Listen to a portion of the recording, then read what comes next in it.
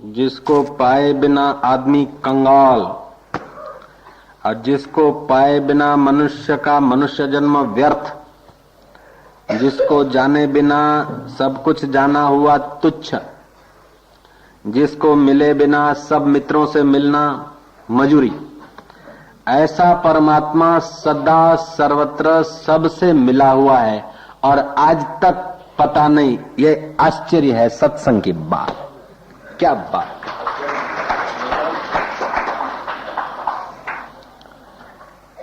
मछली तो शायद पानी को छोड़ सकती है एक सेकंड के लिए भी, पानी के बिना की जगह में एक सेकंड छटपटा सकती है और तब उसे कदर पड़ती है पानी की। और पानी में होती है तो उसको पता ही नहीं कि पानी का क्या मूल्य है। जब पानी से बाहर आती है तब छटपटाहट होती है, तब उसको पता चलता कि अरे सागर भी कोई चीज है।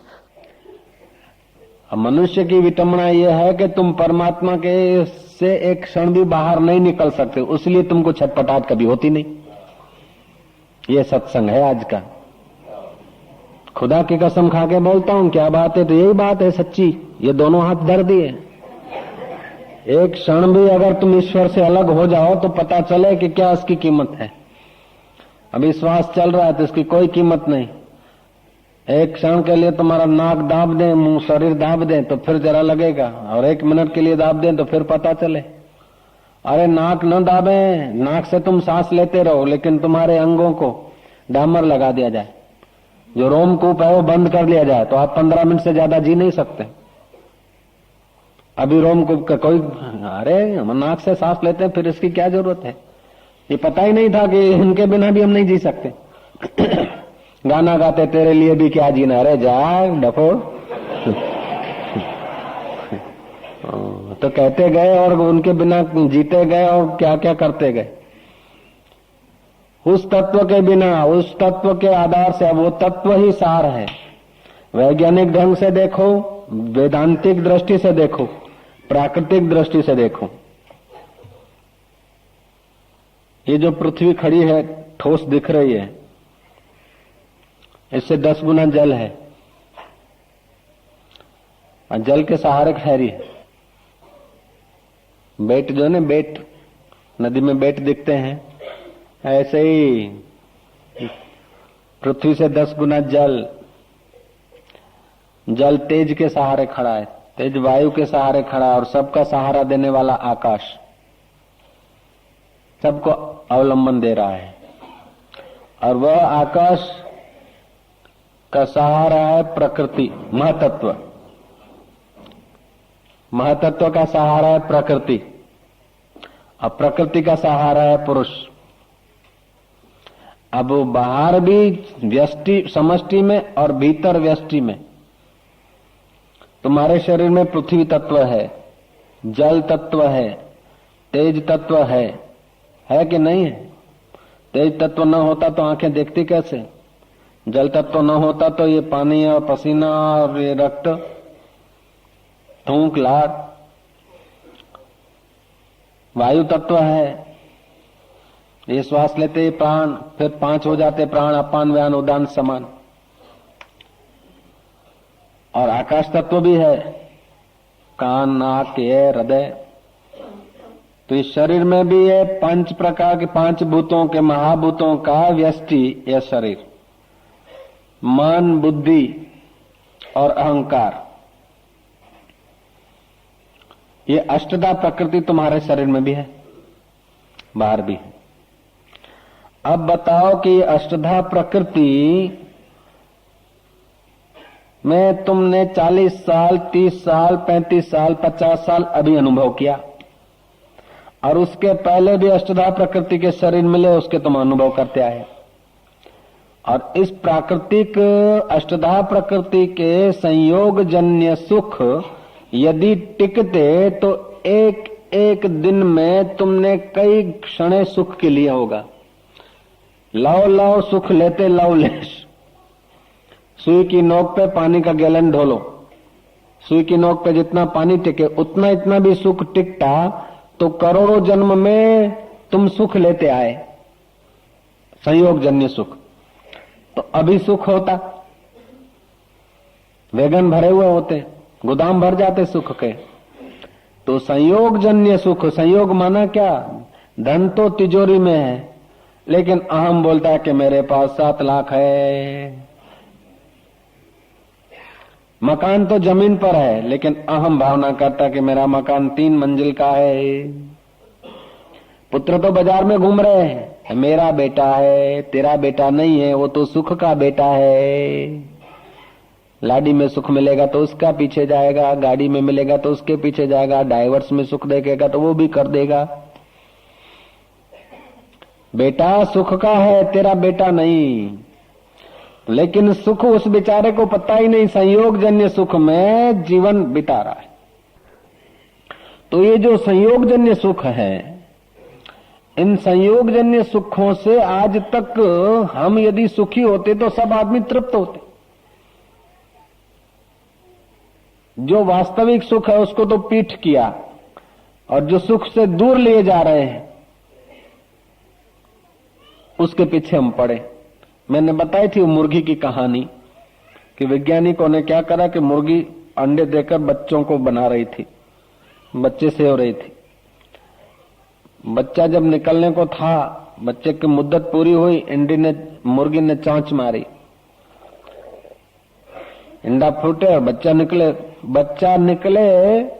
उस घड़ी क्या करा विज्ञानियों ने कि मुर्गी ने अंडा को तो चोंच मारी, अब बच्चा जो मुंह बाहर निकालता है, अपनी चोंच बाहर निकालता है, त्यों विज्ञानियों ने क्या करा कि असली मुर्गी हटा दी और उसके आगे बतख रख दी, बच्चे के आगे।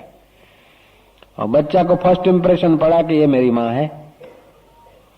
बच्चा बतख के पीछे जाने लगा, और बतख पानी के तरफ जाती है और बतखों में घूमती है, इसका तो भाव नहीं पूछती, फिर भी ये चीं चीं चीं चीं चीं करके उसके इर्द गिर्द मंडा रहा है।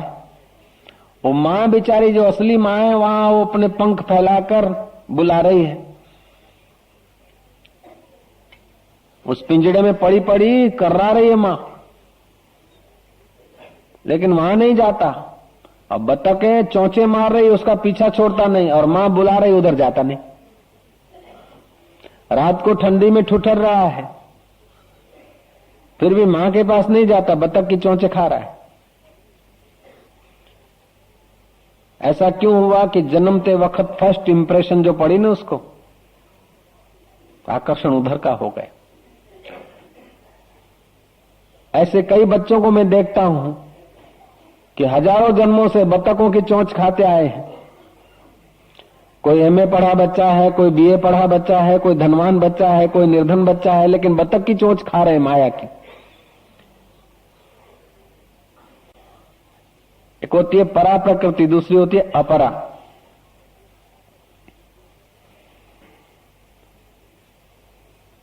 तो जैसे बतख और मुर्गी, ऐसे परा और अपरा, विद्या और अविद्या। तो अविद्या की जो प्रकृति है वो बतख जैसी है, और विद्या का जो स्वभाव है, विद्या क्या करती है कि जड़ चीजों को चेतना देती है, और चैतन्य शरीर में विचार प्रदान करती है, और विचारवान है उसको तत्व के तरफ मदद करती। ये परा प्रकृति भगवान की। अपरा व्यवहार की दृष्टि से देखा जाए तो 5 भूत, मन, बुद्धि और अहंकार, ये जो है जड़ प्रकृति है, बांधने वाली है। और जो है भगवान की परा प्रकृति जो है,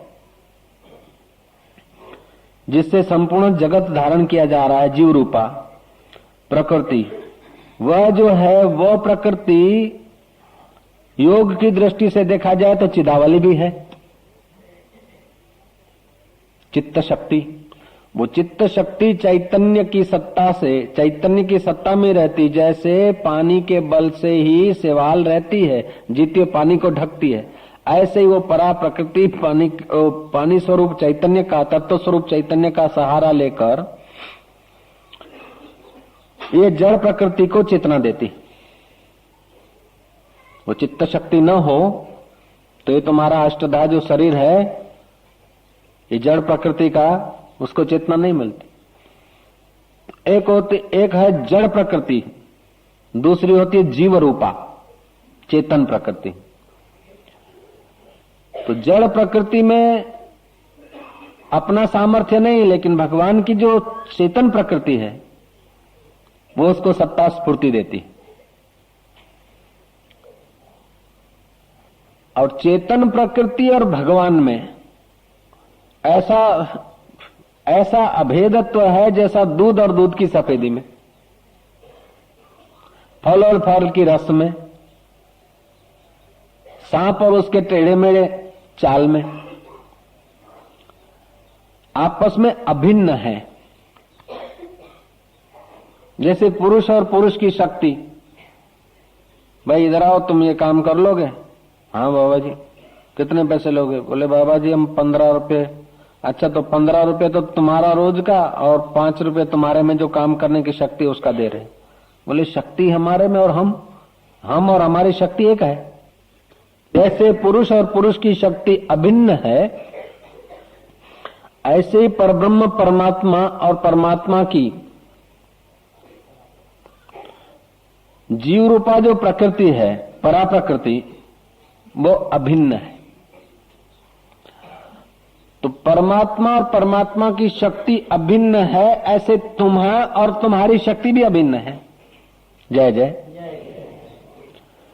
जैसे परमात्मा की जड़ प्रकृति और परमात्मा उससे अलग है, ऐसे ही तुम्हारी जड़ प्रकृति और तुम उससे अलग हो।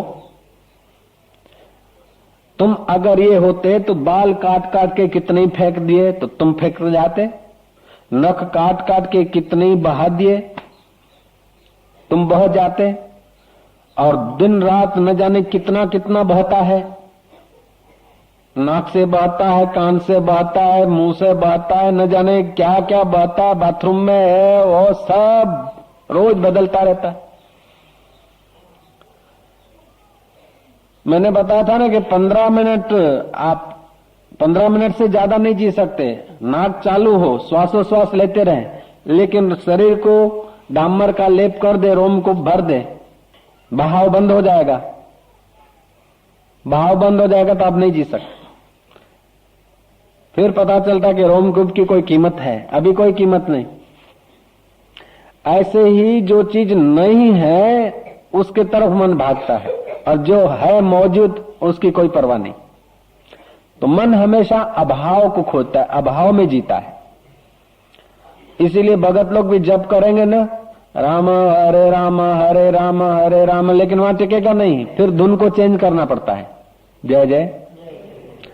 धुन चेंज हुई, फिर कीर्तन के ताल को चेंज करना पड़ता है, ताल चेंज हुआ, फिर रिदम को चेंज करना पड़ता, फिर और कुछ चेंज करना पड़ता, फिर बोलना पड़ता, फिर बोलने को चेंज करना पड़ता। मन को यदि अनुकूल रखना है तो चेंजिंग चाहिए, बदलाहट चाहिए, और बदल होती है प्रकृति में। इस बदल को जानने वाला तत्व मैं हूं ऐसा जान ले तो भी निहाल हो जाए। कितना आसान है, कितना सरल है। कभी कभी संसार के सुख भोगकर आदमी ईश्वर के तरफ चलता है, थोड़ा विवेक उठता है तो न संसार अच्छा लगता है न ईश्वर का स्वाद आता है। चित्त बड़ा विक्षिप्त होता है, बड़ा उदास होता है, जैसे गहरी कोई अशांति छा गई, विक्षेप छा गया। कुछ ऐसे पढ़े लिखे लोग पूछते हैं कि ये कोई अगले जन्म का कर्म होगा। किसी को तो बड़ी खुशी खुशी रहती है, और हमारे पास सब कुछ होते हुए भी आनंद नहीं, खुशी नहीं। अगले जन्म का कर्म हो या न हो, लेकिन इस जन्म का भी जितना जितना हमने भीतर से जड़ चीजों को थामने का इरादा पक्का किया है, जड़ चीजों में जितनी जितनी हमारी पकड़ होती है, उतना उतना हमारा चित्त जड़ी भाव को प्राप्त हो जाता है।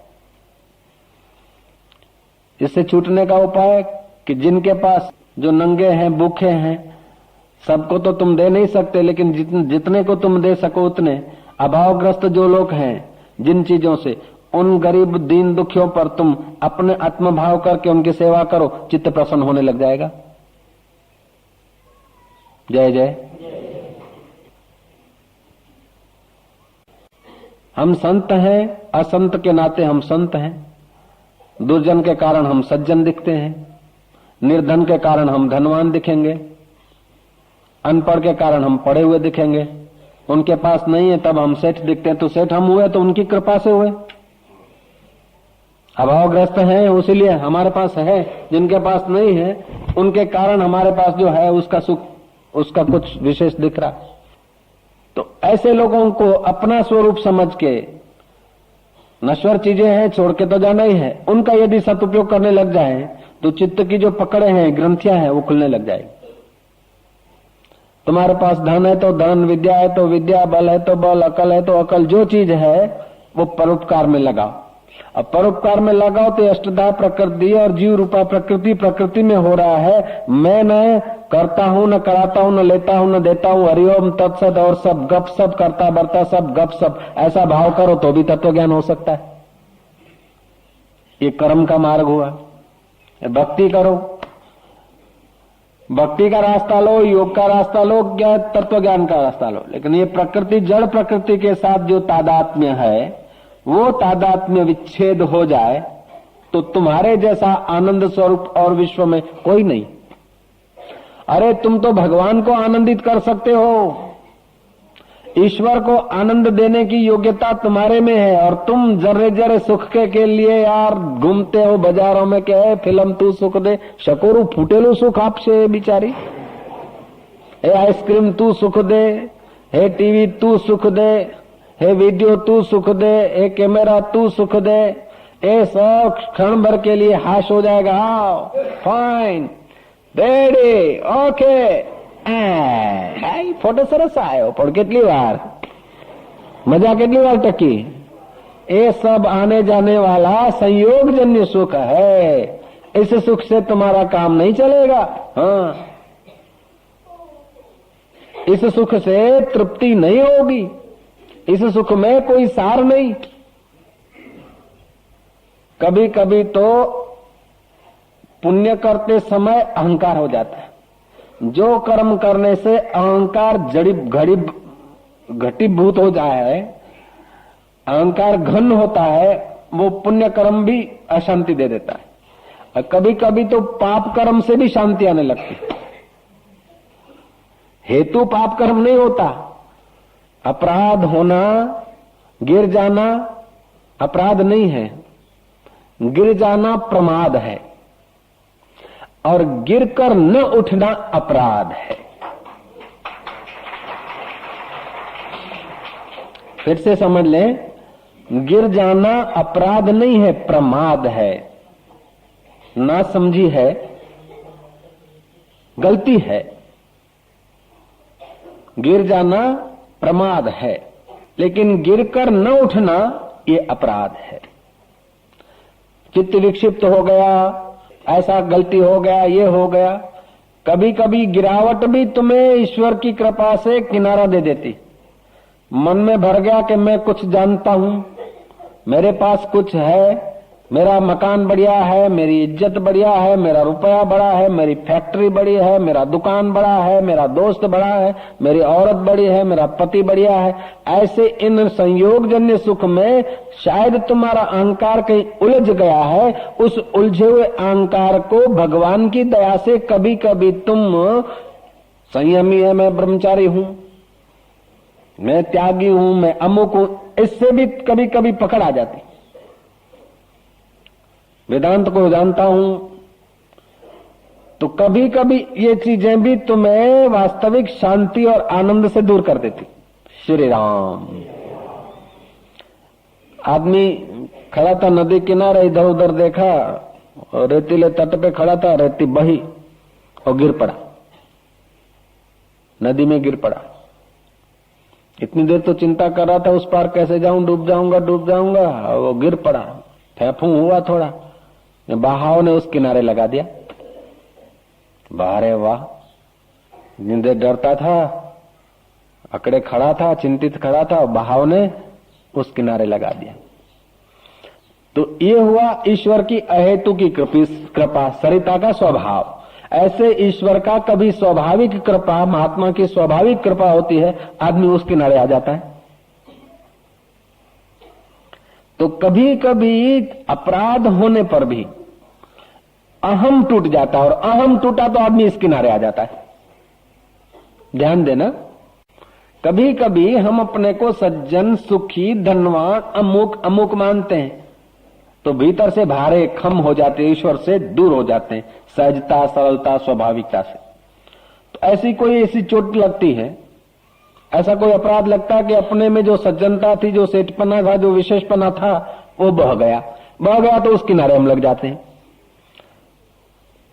मैंने सुना था ना सुबह, रामानुजाचार्य कहते हैं कि ईश्वर के उपयुक्त जो भी शरीर है वे सब मनुष्य है। फिर जटायु हो, गिद्ध हो, जटायु गिद्ध तो था, कागभूषण हो अथवा तो गरुड़ हो, कोयल कुहू कुहू करके अगर परमात्मा को पुकारती तो वो भी भगवान के अधिकारी है। और मनुष्य राम राम राम राम राम राम करते हुए गंगा किनारे और लोगों के अंगूठियां अथवा लोगों के लोटे चुराता है, मालाएं चुराता है, ऐसे लोग भी हैं गंगा किनारे।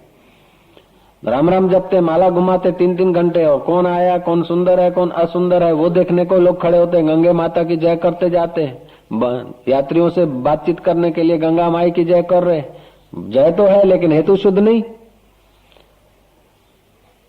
तो तुम्हारा इरादा यदि शुद्ध है तो कोई गलती हो गई तो उसका इतना पाप नहीं, इतना खिन्नता होने की जरूरत नहीं, इतना दुख नहीं होता।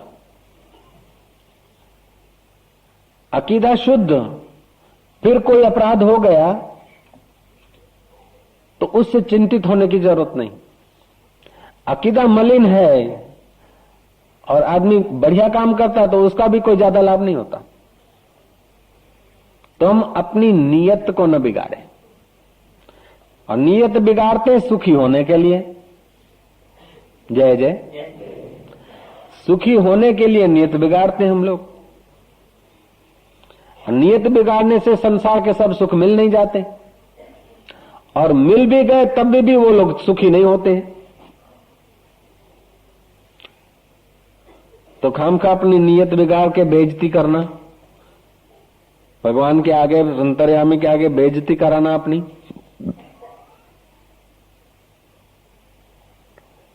नियत बिगाड़ने का कारण यह होता है कि इंद्रियां शरीर संसार दिखाती है, मन संसार की सूचनाएं केंद्रित करता है, एकत्रित करता है, बुद्धि उसमें सहयोग देती है और अहंकार अपने में थोपता है। गीता तो तुमने भी पढ़ी होगी, लेकिन विश्लेषण करना पड़ेगा इस प्रकार। तभी भगवान कहते हैं कि अष्टधा जो प्रकृति है जड़ प्रकृति है, इससे जो मेरी जीवभूता प्रकृति है,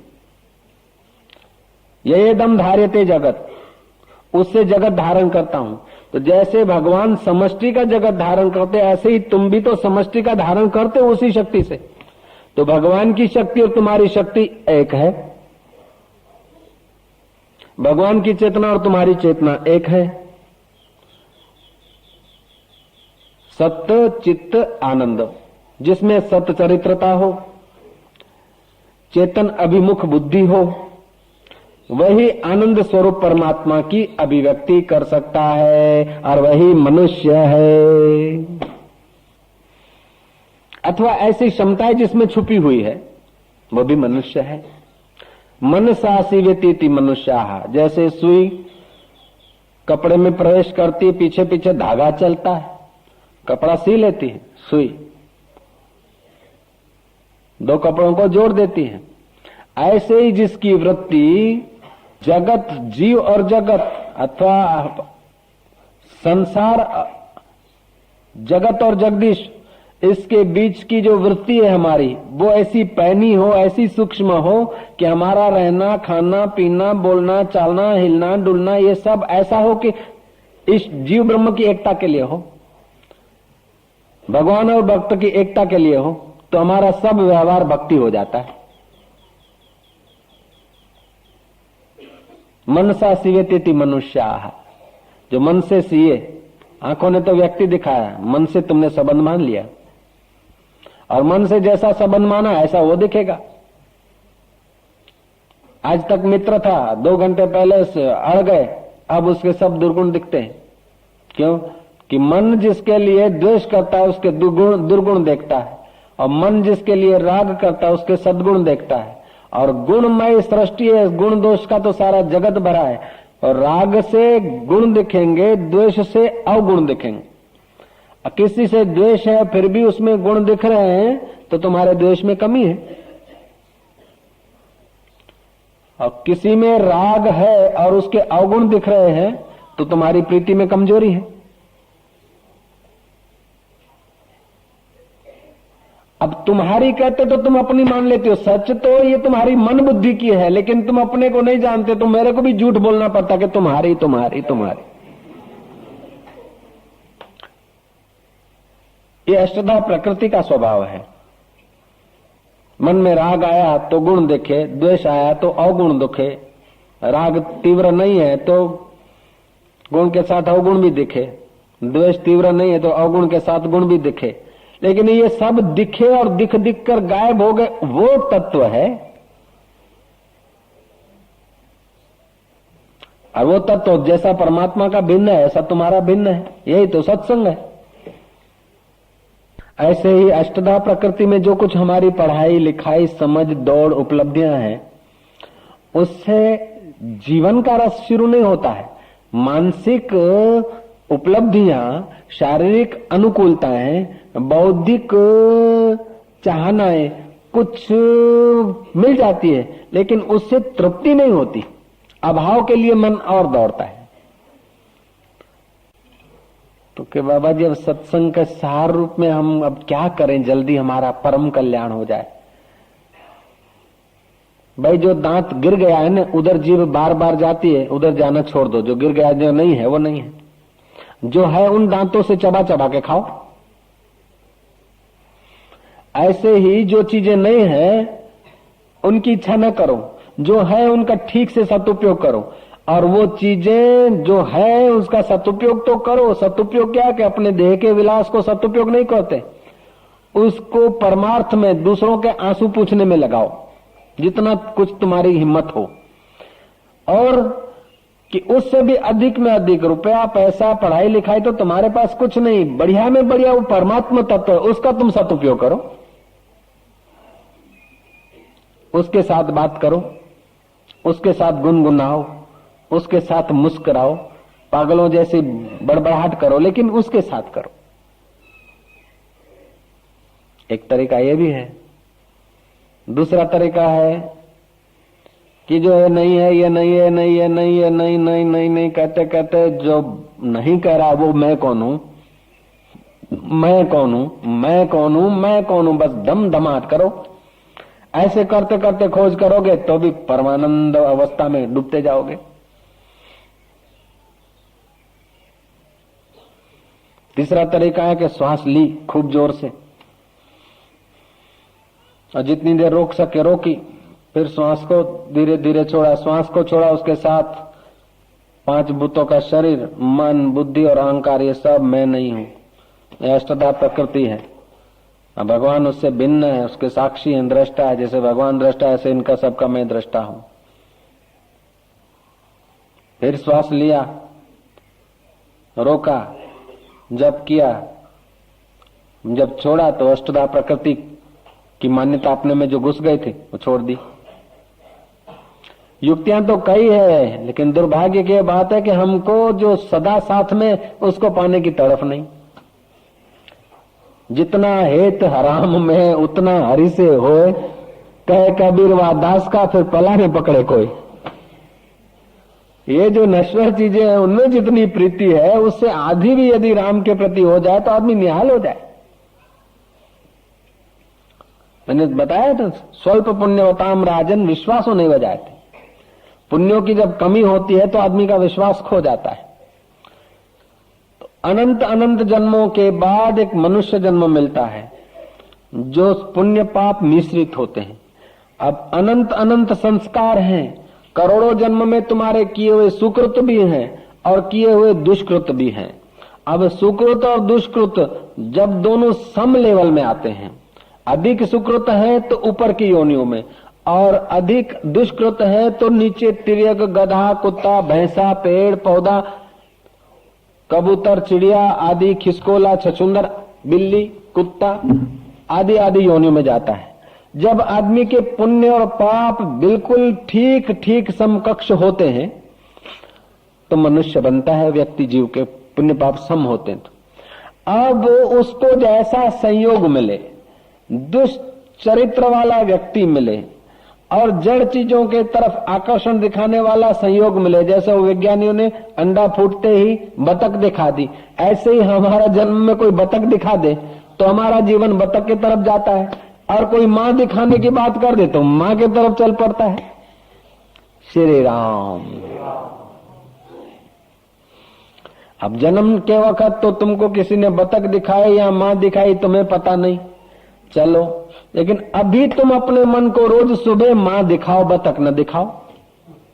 रोज सुबह अपने मन और बुद्धि को आत्मज्ञान की बातों से ही प्रसन्न करो, तो जैसा संग होगा ऐसे अनंत जन्मों के जो सात्विक संस्कार हैं वो जग खड़े होंगे। तो एक हिस्से की बहुलता होगी तो दूसरे हिस्से में जो रस बट रहा था, नाश हो रहा था, वो रस सब इधर आ जाएगा। जैसे जमीन में गन्ना बोया है, मिर्च बोया है, गन्ना इतना घाटा बो दो कि मिर्च को उबसने का मौका ही न मिले, अथवा गन्ना एकदम दूर एक थोड़ा सा कर दो और मिर्च ज्यादा कर दो तो गन्ना को रस नहीं मिलेगा। ऐसे ही शुभ को इतना बढ़ा दो कि अशुभ को मौका न मिले।